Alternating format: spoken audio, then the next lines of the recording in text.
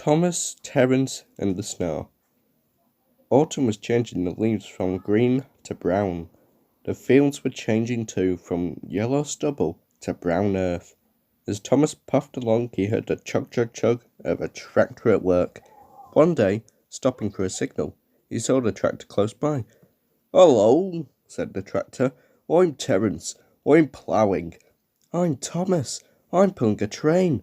"Oh, what ugly wheels you've got." "They're not ugly. They're caterpillars," said Terence. "I can go anywhere. I don't need rails." "I don't want to go anywhere," said Thomas huffily. "I like my rails, thank you." Thomas often saw Terence working, but though he whistled, Terence never answered. Winter came, and with it dark, heavy clouds full of snow. "I don't like it," said Thomas's driver. "A heavy fall is coming. I hope it doesn't stop us." "Pooh!" said Thomas, seeing the snow melt on the rails. "Soft stuff, nothing to it." And he puffed on, feeling cold but confident, and they finished their journey safely. But the country was covered, and the rails were two dark lines standing out in the white snow. "You'll need your snowplow for the next journey, Thomas," said his driver. "Pooh! Snow is silly soft stuff. It won't stop me." "Listen to me," his driver replied. "We are coming to fix your snowplow on, and I want no nonsense, please."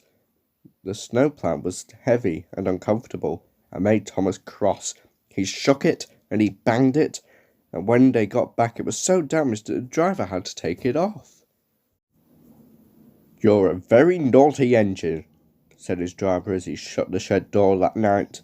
Next morning, both driver and fireman came early and worked hard to mend the snowplow, but they couldn't make it fit properly. It was time for the first train. Thomas was pleased.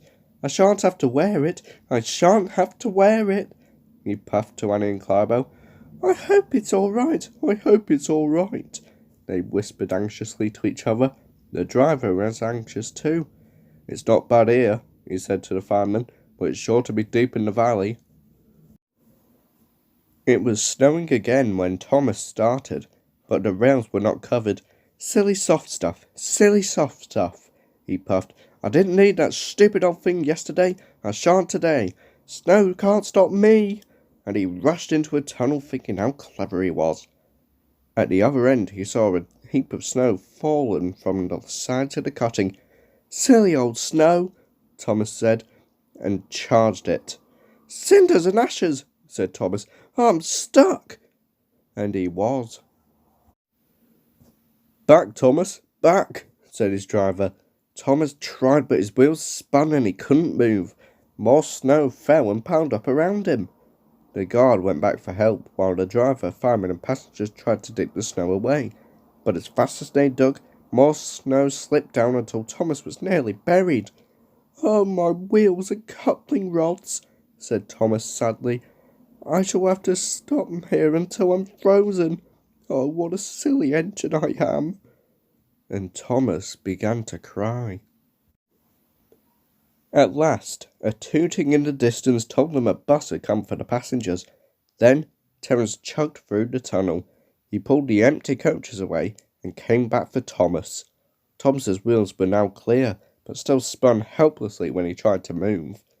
Terence tugged and slipped and tugged, and at last dragged Thomas into the tunnel. "Thank you, Terence. Your caterpillars are splendid," said Thomas gratefully.